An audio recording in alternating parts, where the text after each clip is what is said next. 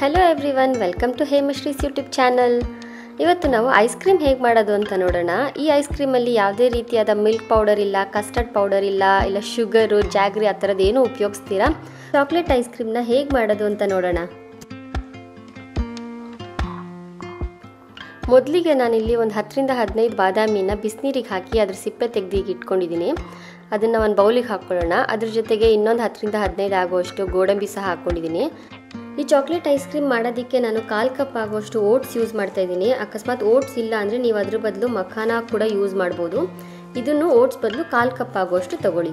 ಇದ್ರ ಜೊತೆಗೆ ನಾನು ಒಂದು ಸ್ವಲ್ಪ ಚಾಕ್ಲೇಟ್ನ ಈ ರೀತಿ ಚಾಪ್ ಮಾಡಿ ತೊಗೊಂಡಿದ್ದೀನಿ. ಒಂದು 2 ರಿಂದ 3 ಟೀ ಸ್ಪೂನ್ ಆಗುವಷ್ಟು ತಗೊಳ್ಳಿ. ಒಂದು 5 ರಿಂದ 6 ಆಗುವಷ್ಟು ಡೇಟ್ಸ್ನ ಕಟ್ ಮಾಡಿ ಹಾಕ್ಕೊಂಡಿದ್ದೀನಿ.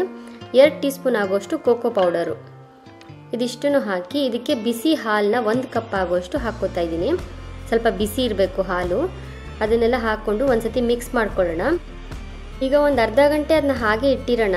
ಯಾಕಂದರೆ ಅದರಲ್ಲಿ ನಾವು ಬಾದಾಮಿ, ಓಟ್ಸು, ಗೋಡಂಬಿ ಎಲ್ಲ ಹಾಕಿದ್ದೀವಲ್ಲ, ಅದೆಲ್ಲ ಹಾಲಲ್ಲಿ ಹೀರ್ಕೋಬೇಕು. ಅಲ್ಲಿವರೆಗೂ ಹಾಗೆ ಇಟ್ಟಿರೋಣ. ಅರ್ಧ ಗಂಟೆ ಆದಮೇಲೆ ನೋಡಿ ಈ ರೀತಿ ಆಗಿರುತ್ತೆ. ಈಗ ಇದನ್ನೆಲ್ಲ ಒಂದ್ಸತಿ ಮಿಕ್ಸ್ ಮಾಡಿಬಿಟ್ಟು ಒಂದು ಮಿಕ್ಸಿ ಜಾರಿಗೆ ಹಾಕ್ಕೊಂಡು ಇದನ್ನ ಗ್ರೈಂಡ್ ಮಾಡ್ಕೊಂಬರೋಣ. ಇದಕ್ಕೆ ಎಕ್ಸ್ಟ್ರಾ ಹಾಲು, ನೀರು ಏನೂ ಹಾಕ್ಕೋಬೇಡಿ. ಅದ್ರಲ್ಲಿ ಎಷ್ಟು ಹಾಲು ಇದೆಯೋ ಅಷ್ಟೇ ಸಾಕು. ನೋಡಿ ಈ ರೀತಿ ಆಗಿರುತ್ತೆ. ನಾವೀಗ ಯಾವುದರಲ್ಲಿ ಐಸ್ ಕ್ರೀಮ್ ಇಡಬೇಕಲ್ವ ಫ್ರಿಜ್ಜಲ್ಲಿ, ಆ ಬೌಲಿಗೆ ಹಾಕ್ಕೋತಾ ಇದ್ದೀನಿ ನಾನು. ಈಗ ಇದ್ರ ಮೇಲೇ ಸ್ವಲ್ಪ ಚಾಕ್ಲೇಟ್ ಆಗಲೇ ನಾವು ಈ ಥರ ಚಿಕ್ಕದಾಗಿ ಕಟ್ ಮಾಡಿ ಇಟ್ಕೊಂಡಿದ್ನಲ್ಲ, ಅದನ್ನು ಸ್ಪ್ರಿಂಕಲ್ ಮಾಡ್ಕೋತಾ ಇದ್ದೀನಿ. ನೀವು ಅದ್ರ ಬದಲು ಸ್ವಲ್ಪ ಚಾಕೋ ಚಿಪ್ಸ್ ಬೇಕಾದರೂ ಹಾಕ್ಕೋಬಹುದು.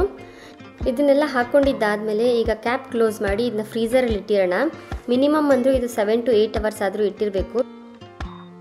ನೋಡಿ ಈಗ ಐಸ್ ಕ್ರೀಮ್ ರೆಡಿಯಾಗಿದೆ. ಚಾಕ್ಲೇಟ್ ಐಸ್ ಕ್ರೀಮ್ ಯಾವುದೇ ರೀತಿಯಾದ ಕಸ್ಟರ್ಡ್ ಪೌಡರ್ ಇಲ್ದಿರಾ, ಮಿಲ್ಕ್ ಪೌಡರ್ ಯೂಸ್ ಮಾಡ್ದಿರಾ, ಡೇಟ್ಸ್ ಯೂಸ್ ಮಾಡಿ ತುಂಬ ಟೇಸ್ಟಿಯಾದ ಚಾಕ್ಲೇಟ್ ಐಸ್ ಕ್ರೀಮ್ ಮನೇಲೇ ಮಾಡ್ಬೋದು.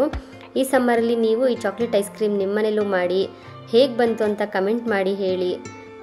ಈ ರೆಸಿಪಿ ನಿಮಗೆ ಇಷ್ಟ ಆಗಿದ್ದಲ್ಲಿ ಲೈಕ್ ಮಾಡಿ, ಶೇರ್ ಮಾಡಿ. ಹಾಗೆ ನನ್ನ ಚಾನಲ್ನ ಇನ್ನೂ ಯಾರೆಲ್ಲ ಸಬ್ಸ್ಕ್ರೈಬ್ ಮಾಡ್ಕೊಂಡಿಲ್ಲ ಪ್ಲೀಸ್ ಸಬ್ಸ್ಕ್ರೈಬ್ ಮಾಡ್ಕೊಳ್ಳಿ. Thank you.